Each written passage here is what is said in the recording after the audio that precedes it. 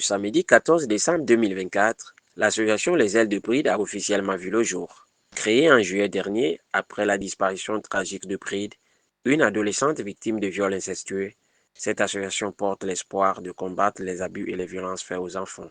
Réunis dans un cadre solennel, proches, militants et professionnels se sont rassemblés pour honorer la mémoire de Bride et soutenir la mission de l'association.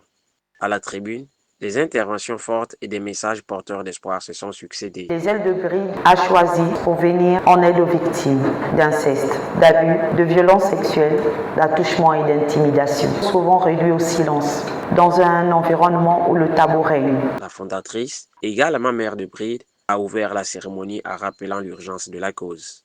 À ses côtés, des spécialistes ont apporté leur éclairage. Une fois qu'on se rend compte que cet enfant a été violé, ce qu'on doit faire, c'est de faire une prise en charge. Après, les parents doivent absolument continuer le suivi psychologique. J'apporte plus d'éclairage en matière juridique pour faire connaître les droits aux victimes et aux jeunes concernés qu'ils peuvent s'exprimer sans crainte et qu'il existe une justice qui s'en occupera des bourreaux. Moment fort de la cérémonie, la prise de parole d'une adolescente, ambassadrice de la cause de l'organisation, porte-voix de la cible, souvent visée par les agresseurs. Le 13 août 2024 restera à jamais gravé dans nos cœurs.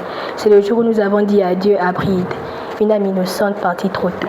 Les Ailes de Bride portent son nom afin que son histoire inspire les changements et que plus jamais une vie ne soit brisée par l'inceste ou par les abus sexuels. Une femme d'église a apporté un message de paix et de consolation en évoquant le nom qui est au-dessus de toute situation. Très jeune, j'ai été victime d'abus sexuels. Aujourd'hui, je viens exhorter quelqu'un qui traverse la même situation en disant on peut guérir des blessures qui sont visibles, mais les blessures de l'âme, il n'y a que le Saint-Esprit qui est capable d'aller dans les profondeurs d'un cœur et de guérir et de faire sortir de cette personne brisée une guerrière. Avec cette cérémonie ponctuée de nombreux témoignages, les Ailes de Bride se lancent officiellement dans un combat crucial.